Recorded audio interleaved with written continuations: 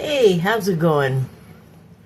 So I wanted to talk about something that's been on my mind lately, and it's something that I actually started thinking about a few years back, and that is that I would like, when I have my life review, to go smoothly and not have to relive totally terrible stuff, or it's not that I have anything totally terrible, like, point is, I feel like to kind of prepare for that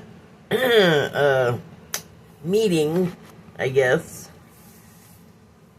I want to smooth the path for myself. Like, I just want it to go easy, And I am pretty sure, like, if I repair my situation here before that happens, I can, sort of do that. Like, maybe shrink the size of what I have to deal with when I'm there.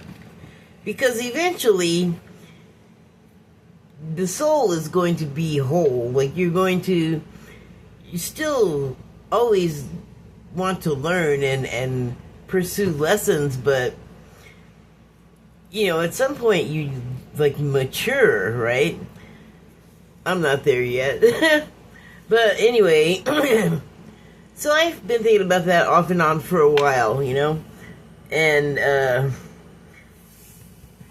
recently, like in the past 2 days, I've felt a real sense of urgency about, like, going back over the past and just, like, finding and remembering, like, whenever I could have said something that would have hurt someone, or did something that I know hurt someone, or did some things that I knew were like I should have been, like, they weren't right for me to be doing it. Like, I knew it and I just did it anyway because I was younger when these things happened. Like, I haven't done that type of thing in a really long time. Petty theft, basically, I'm saying. And not even, like, on, like, the smallest, stupidest scale, And then just other things, like just not being truthful in situations, which I think, looking back, I don't know this for sure, but I feel like looking back, it's not hard to read me, I guess. Like, my expressions are just all over my face, whether I want them to be there or not. Or I'll have an expression and it'll look like something to someone, but it may not it won't necessarily be what the person thinks they're perceiving. But anyway, the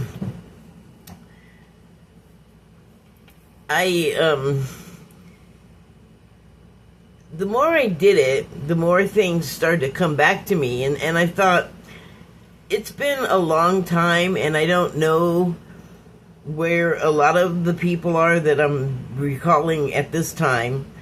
I don't know if they're still alive. I have no idea where they live. I could have found them on Facebook if I would have been thinking about this when I was still on it, like 3 years ago. But that would be like my digital phone book. I used to think of it that way because that is where a lot of my friends, like my good friends, I can find them there. If I don't have their phone numbers, I could call them there or find them there. Like, if I know where they live, it's different. If I know how to get a hold of someone else that also knows them, that I can get a hold of them that way. But a lot of the people that I'm thinking of, I have no idea how to find them, and it sort of feels like almost that thing that people in AA do, where you go around and apologize for what an ass you were when you were on the substance, or whatever happened. I forget the word. But I almost feel like that's what what I want to be doing. But since I'm not going to be able to do that stuff in person, what I can do is write them letters. So right now I'm just keeping a list, and remembering like the situation as best I could. Like, it's hard to do self-examination in those types of circumstances because it's just difficult to assess yourself honestly, you know. But I'm going for brutal honesty here because I mean, we lie to ourselves all the time. Like, I don't know what I said to my younger self to make it okay to go and, you know, steal whatever it was I took at the time. And it's like, I don't know, like, I'm like mortified I would not do that today. I'm not, I'm not today on a bunch of substances like I was at that time, and I have to say that it didn't impair my judgment to the point of like, I did it because I was on the drugs. It just made it easier to like bury the fact that I knew like I was doing something wrong. Like, basically that's what it comes down to. And like a little kid, I was older than a little kid, but I was young. So I was feeling like kind of vulnerable about coming on here and just talking about like it felt like I was gonna give confession. And I thought I should just do it though, because the reason why I've been feeling the urgency to like get right with God, I guess, but or myself, I want to also be as honest and authentic as I can possibly be. Like, there's just, for me, there's no reason to be lying about stuff.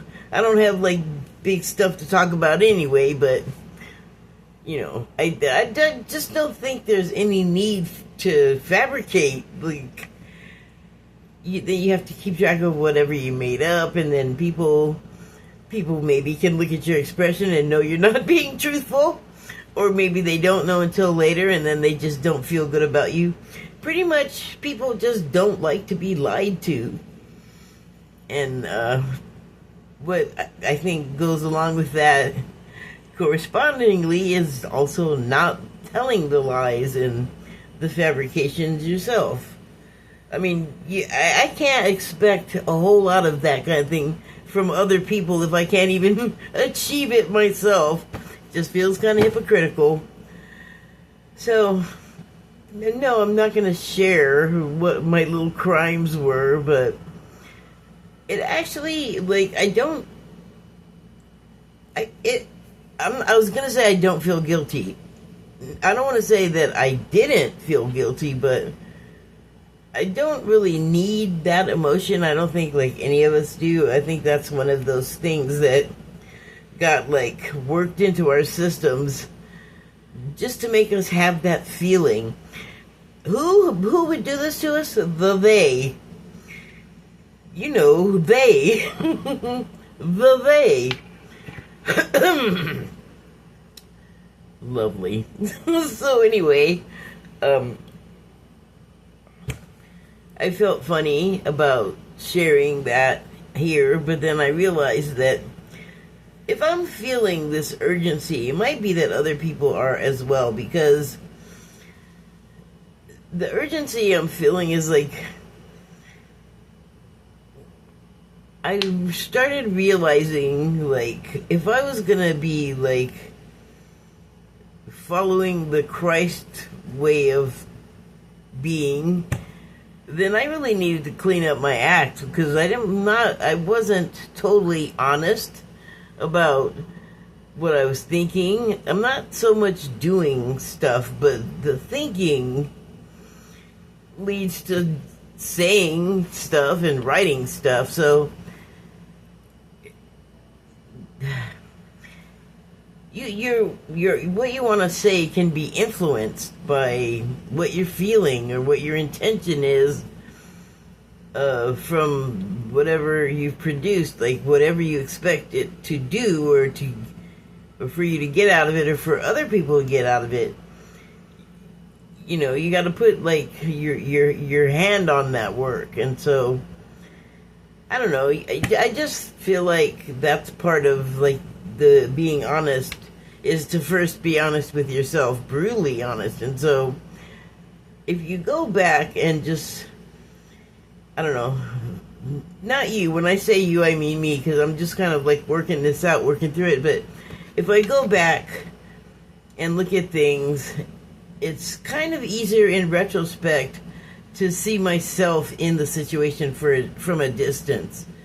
It's like the one time you can kind of assess your own behavior from outside of yourself. It's not, you know, concurrent, but better late than, you know, whatever. And, yeah, I mean, once I started, like, remembering stuff, I'd feel guilty, like, oh, why did I do that? Oh, that was terrible. And then, so that doesn't do any good, so you gotta get rid of that, like, clear your space of that, because it just doesn't, guilt doesn't do you any good, it doesn't clarify a dang thing, except that you got a thing where you gotta feel guilty, and that's a whole other examination that I'm not talking about right now. But then, you know, once I start thinking it through, and then what I'm also doing, like, I don't know what it may or may not be doing something, because this kind of thing, you just kind of have to believe that it's going to work. The same way you do when you have, like, a test or a big game, and you practice and train and study. You prepare yourself for it, so you hype yourself up, whatever you need to tell yourself to spend one more hour cracking that book or whatever the thing is. You know, you put in the effort. And so I got sidetracked.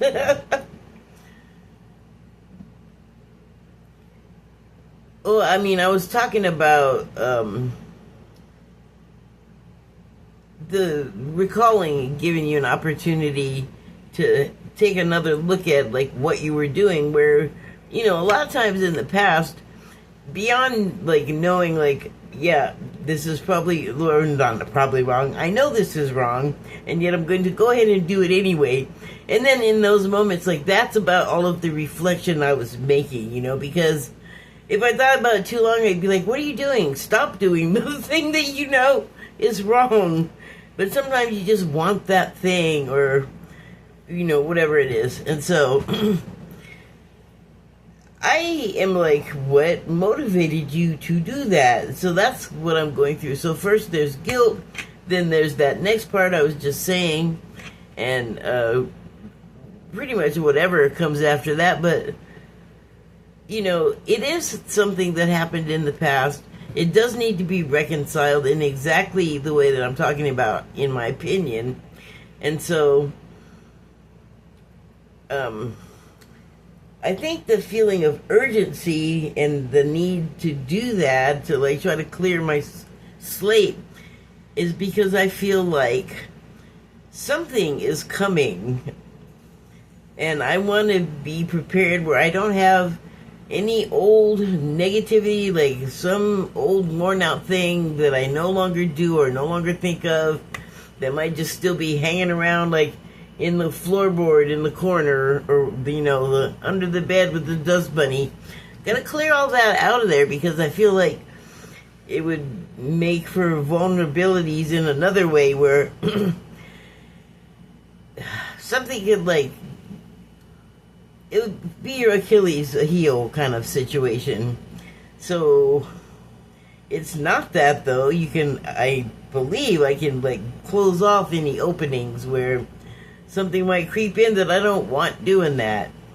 Because, again, like I said, vulnerable might not be the time for stuff to be creeping in, and also examining everything, and, you know, just getting a whole feel for your you, so you can be known by something icky.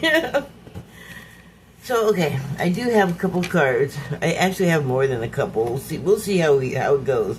Oh, I can see today.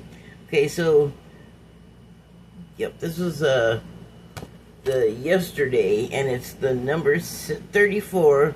3 and 4 add up to 7. 7.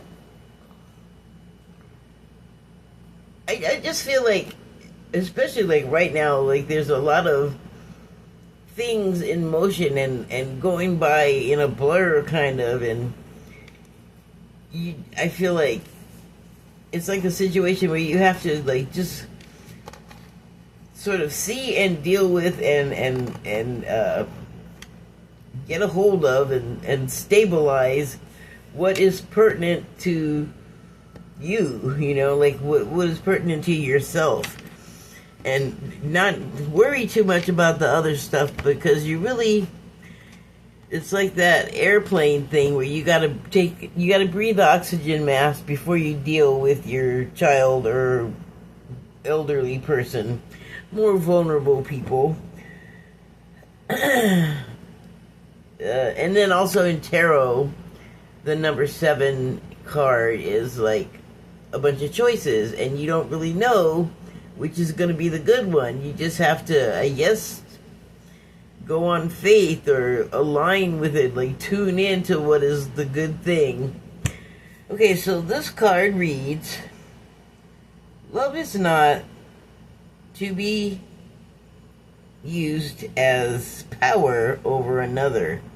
Love is to be shared as the greatest existence of humankind for all things, seen and unseen, as one reflects that which thou art, as above so below, as within as without. Boy, that's some love when you can like sink into the other person, like, what is that song? Melt into you like Gumbies. Or the Flash vibrating into one another. That is wholeness. That is fully joining your divine masculine and your divine feminine when they're just blended together and can no longer be discerned as two individual energies. I don't know. I think you're not supposed to do it that way. You're not supposed to totally like become absorbed in the other person. I think you're supposed to balance and reflect off of each other, and you know, in the reflection off of each other, you learn stuff about each other and partnerships, and yeah. Okay, so the next card is number 17, and if you add the 1 and the 7, you get an 8. So that's funny. You had 7, 8 here. 8 again with the 8.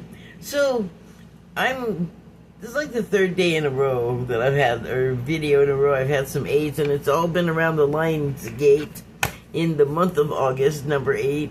And I realized I kept referring to the tarot card with the number 8 on it. It has the lion on it, and I didn't even pick up on it. So some sort of 8ly energies have been trying to catch my attention, but I don't know, like maybe I missed whatever I'm talking about, but over the past few days, I have definitely been feeling all kinds of physical sensations that,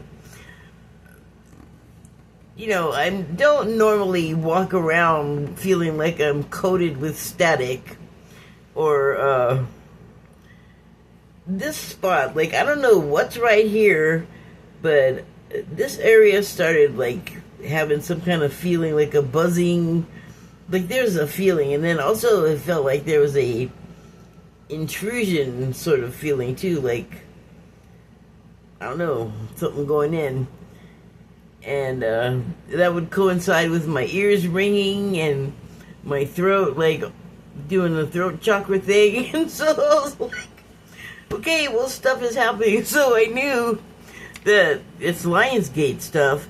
And then tomorrow, or today now, there's going to be an eclipse, which I, again, have to look and see if it'll even be visible, but I sure have been feeling it. It was funny, I saw like a few things that came up, like there was an astrologer. I think they were both astrologers, and they were both making a point to tell you how astrology and numerology and that kind of thing, it's not real.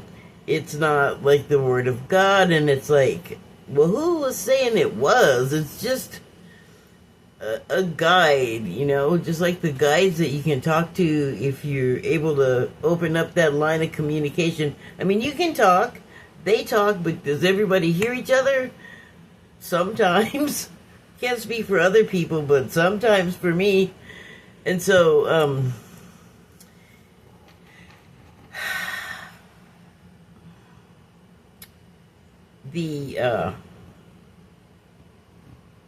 what the hell was I talking about? Oh, so the Lionsgate, like, that's still reverberating. That happened on the 8th. Now it's the 12th, so eclipse.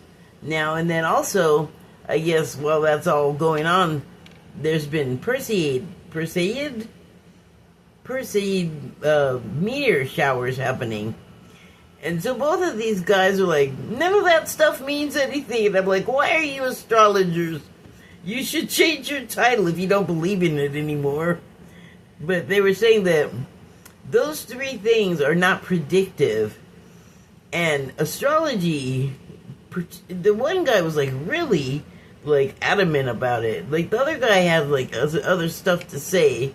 This guy's goal seemed to be to like delegitimize those three things. But he can't, his page says, his channel says he's an astrologer. He said he's an astrologer. And then he proceeds to say that it's, you know, don't base your life on him. But astrology in particular, you do get some guidance from it. I mean, you can't like ask it questions like you could ask a person or a psychic, but you can definitely get an idea of like when it's opportune to do things and not, and also just a guidance, you know, like I think everything guidance. And the cards, well, I mean, they're divine tools to divine with. Divine? Well, not define. For divination purposes. That's the word, divination. And so that's something that's in the Bible like multiple times I mean, I think that's what most people reference when they start thinking about like religion and stuff like that. It always seems to come down to the Bible, or, you know, the Torah or the Talmud or whatever. I think they have maybe a couple other books in the Jewish faith, holy books. But they generally talk about the same stuff, all of the books. So that's, you know, I guess comforting. But, yeah, so, another thing that other people, like readers and things, were saying was like, it's not predictive, the eclipse. Don't take it that way, or don't take it as anything. Just, you know, be passive and let it happen, and then allow whatever changes come to you to develop.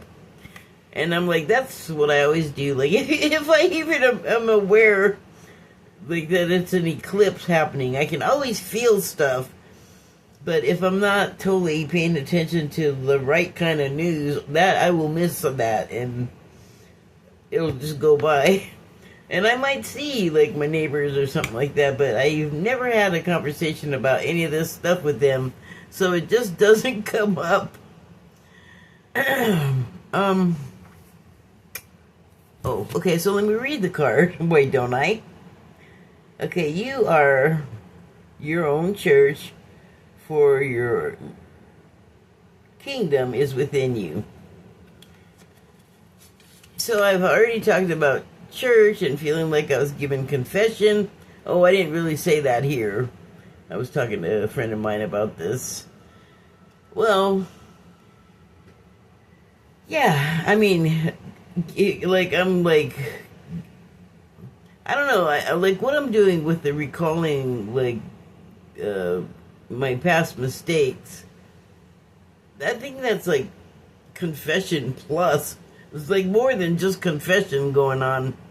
But there's that, and that is something you do in a church. I think I was talking about the Bible. You associate those with a church. And it's so funny. I did actually also see this today when I was looking at this one video that was about Grok's answers about Jesus. And I listened to that, and that was interesting. Maybe I'll link that if I can remember.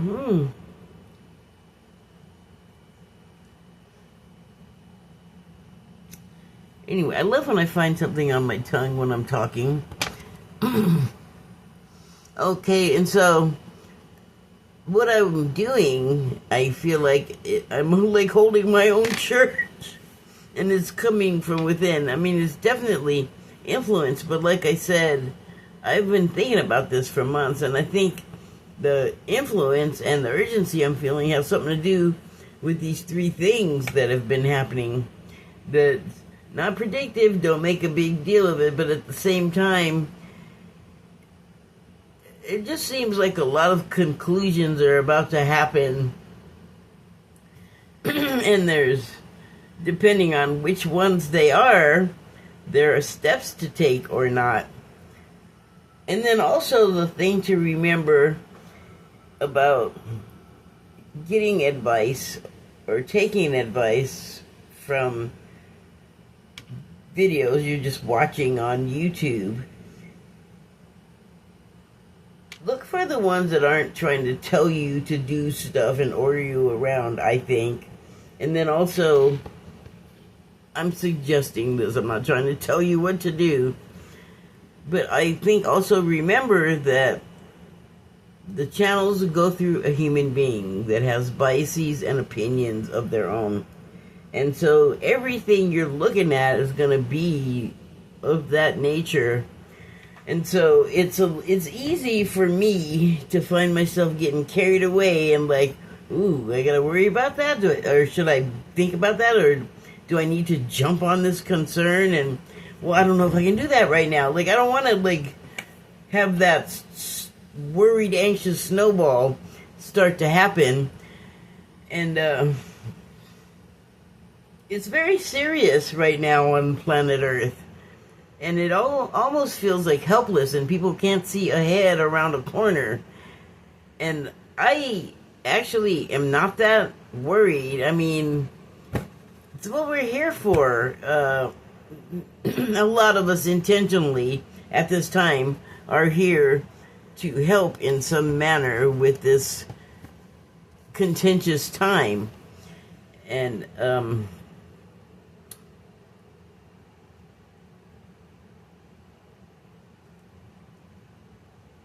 because of that,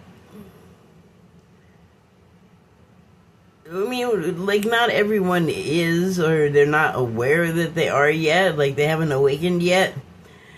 But what I have learned is, for one thing, remember we're in the Matrix simulation thing, so it's not really our lives, but what we do here does matter, and how we do it does matter for when we're not here even, like, just for the further extension of our lives, which these experiences will be a part of, and a part of our consciousness going forward. So it's not nothing, but it's gonna end, and everything is gonna be completely different.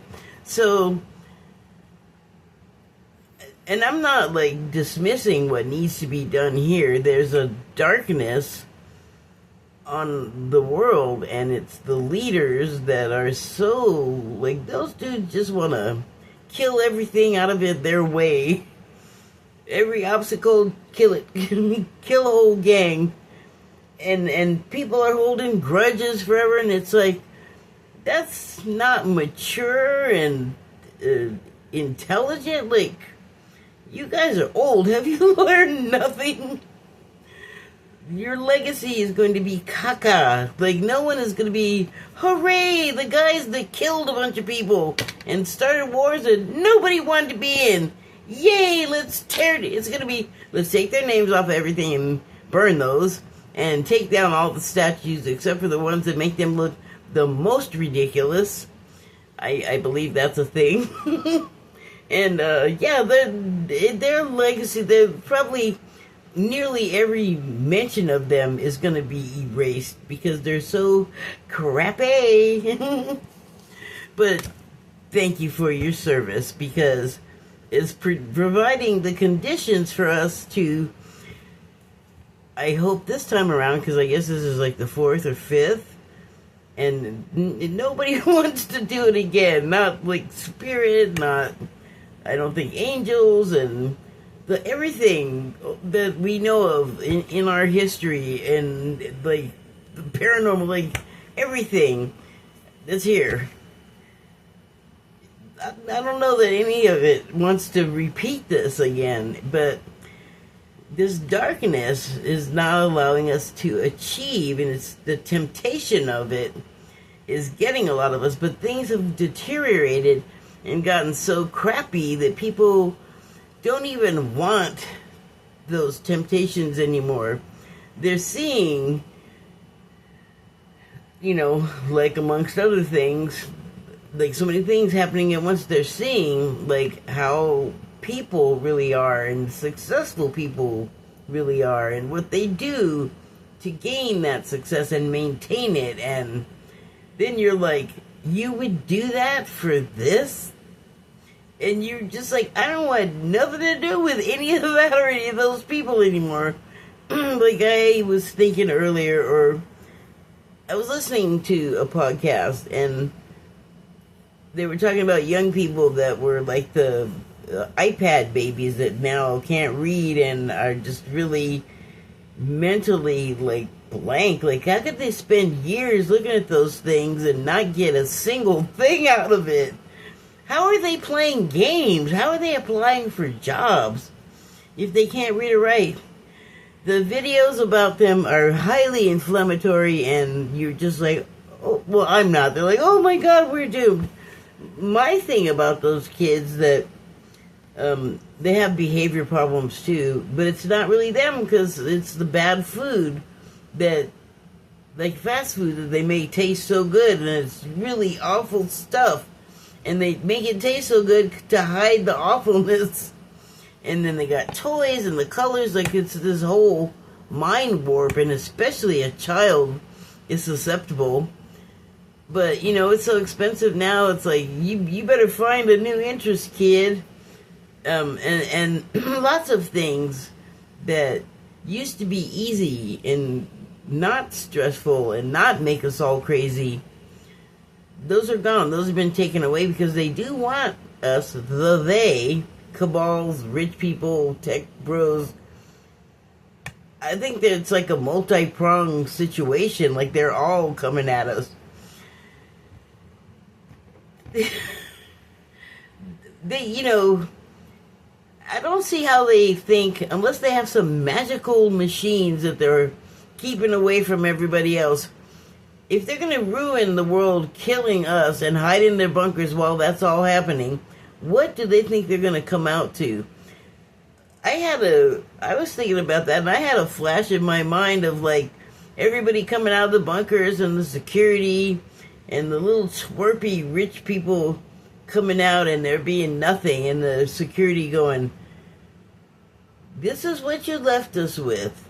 And the machines, the magical machines, that ain't working. Like, no machines anymore. That's Butlerian jihad. That's what messed us up. Is messing us up. We are fighting. We are competing with data centers that we're just learning about, and they're all over the place for the resource of water. And we need to live so those idiots can spy on us with their stupid Skynet. Well, those are gonna have to go because drinking water and bathing and all the other stuff that, the life-giving properties of water, which data centers have none of that, they gotta go. But I think they will because they're asking for it. They're pushing us, and I think they think that they're gonna like overpower us or something, and there's gonna be like this big battle, and we're just gonna be all slaughtering each other and doing this for these people, which is what they want. I'm not a fan. I don't want to do that, and I don't think that their spell is off. Like, people are like, no, like, you're gonna take everything away, and now we're seeing who it is. This is not gonna work in your favor, fellas. Like, sorry. Years ago, I said there's gonna be like World War Z moments where, I mean, if we have to go to the capitals and physically pull those people out and go, you do not work here anymore, and put them out and put our own people in, like, maybe we show up with a replacement politician and just throw out all the bums. We're gonna have to do something like that. Anyway, I guess I didn't run that long. 36 minutes. Dare I try to do 3 more cards? Okay, I think I can. So, these are gemstone whispers, and the first one, nope, that's the last one. The first one is labradorite, and the subtitle is kindness. And I'm just enjoying the colors of this rock and the pattern on there. Looks like some kind of reversed boiled egg or like pickled. Anyway, so the subtitle is kindness, and the rest of it says, be kind.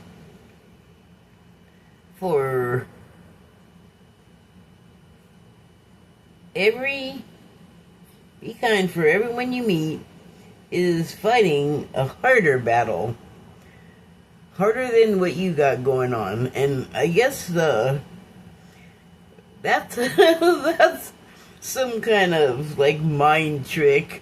I mean, I get it, but it's like, if you like have enough of whatever it is to notice another person, then maybe notice that they got something going on probably that you know nothing about, and they don't need they don't need your shit. Leave them alone. Okay, and so the next card is how late? Oh, I'm wearing some. How late? And the subtitle is hope.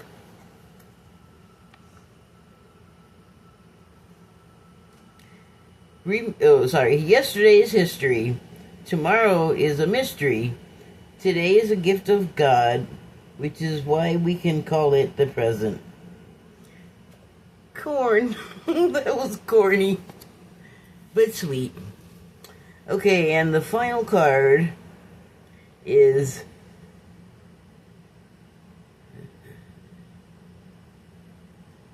oh man, they put the chrysoprase, I believe, chrysoprase. They put the part of the word is obstructed. It's not just my bad vision. And the subtitle on this one is perspective. So it's like this milky green moonstone situation. But look at, I'm trying to read the name of this thing, and look at this. They put the necklace all up in the middle. What, can you read that? I think it says chrysoprase. Anyway, so the card reads, it's hard to see. Great. Oh.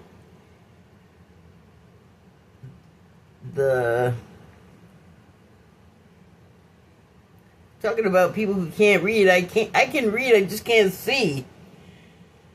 Oh, the difference between hope and despair is a different way of telling stories from the same facts. that is something that happens all the time. There are so many things going on that literally, like, depending on where you're standing and the way that you're looking, like, if it's at all different from the person next to you, they're gonna have a whole completely other perspective. For instance, I have recently talked about my love, actually, of the European World Cup visitors, and mostly they're fascinated by food, but also just like the regular sort of American stuff, you know, the white picket fence streets, the yellow school buses, the sidewalks. It's so weird that they think the school buses and fire hydrants are so weird, and they're like the most mundane things to us. But like, what do you get your kids around in over in England? I'm gonna have to look that up if I remember. But they have a completely other perspective. Like, they don't see, like, fast food is terrible and full of chemicals. They're going to the places and they're loving it, and it tastes good, and sometimes it is good, but we can't even have, like, McDonald's French fries have, like, French fries and salt be the only ingredients. There's got to be 17 other ingredients in the French fries. Like, it's out of control. But, you know, you get to see these people experiencing us, Americans. We're friendly. We're helpful. Especially, you got an accent. We're fools for that. Like, you could be Jack the Ripper and we'll help you because you have that accent. But that's what a lot of people are experiencing. And then, you know, there's a lot of high energy for the World Cup. A lot of, even though, like, it was run pretty hoopty and kind of, like, kind of predatory, like, to where it wasn't, like, subtle at all. And yet the people, us, we Americans, and the people from everywhere else, we just got along famously. We're so enjoying each other's company, and just, like, it made those old guys with all the warring just disappear. And I feel like there has to be more of that, because otherwise the darkness is going to overtake the rest of us, and then we'll have to go back to zero and start all over from scratch. And I mean all the way to the beginning, to where we're just like little germs and things. Like, they will reset like that because we're so hard-headed. I guess this is what keeps happening, is we get so far, and then technology comes along, that bite of the apple of knowledge, and it's just screwed us all up. And, okay, no and. I'm just gonna finish. Otherwise I'll be anding and umming all night. Thank you, and good night.